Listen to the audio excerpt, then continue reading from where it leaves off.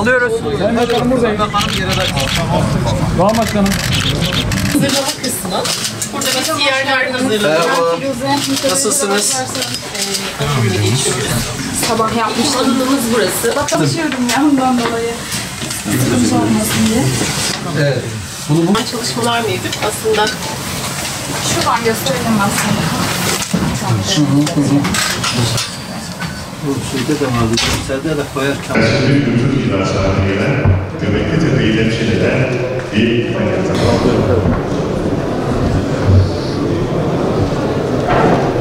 Sayın Bakanım, kıymetli katılımcılar, InnoFood, Türkiye genelinde gıda ve içecek imal... Marmara Araştırma Merkezi tarafından başlatılan Türkiye Cumhuriyeti Sanayi ve Tüm dünyanın küresel daralmalardan, krizlerden geçtiği bu dönemde Türkiye, yatırım, istihdam, üretim, ihracat rotasında Sayın Cumhurbaşkanımızın liderliğinde emin adımlarla yoluna devam ediyor.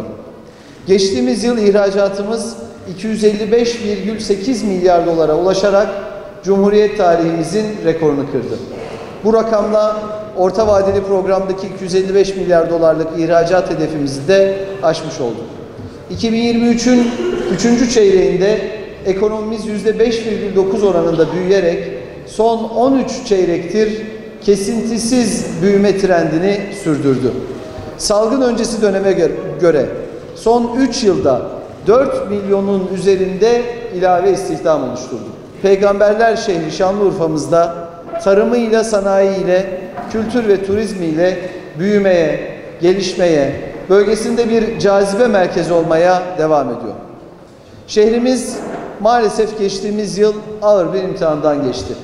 6 Şubat'ta 11 şehrimizi ağır yıkıma uğratan deprem felaketinden etkilenen şehirlerimiz arasında Şanlıurfa'da var. Şanlıurfalı ve diğer depremzede kardeşlerimizin acısını yüreğimizde yaşıyoruz. Bu vesileyle depremde hayatını kaybeden kardeşlerimize bir kez daha Cenab-ı Allah'tan rahmet diliyorum.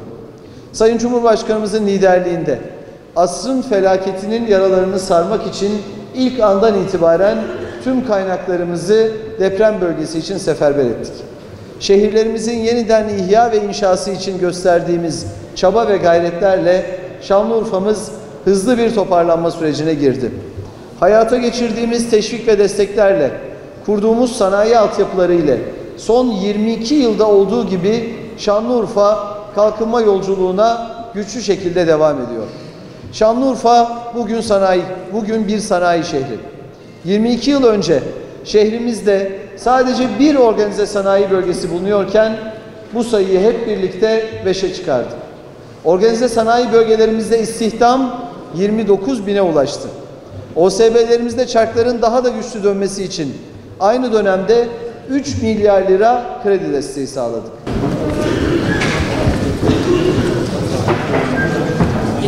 Gıda Araştırma ve Analiz Merkezi Şanlıurfa'mıza, bölgemize, ülkemize hayırlı uğurlu olsun inşallah.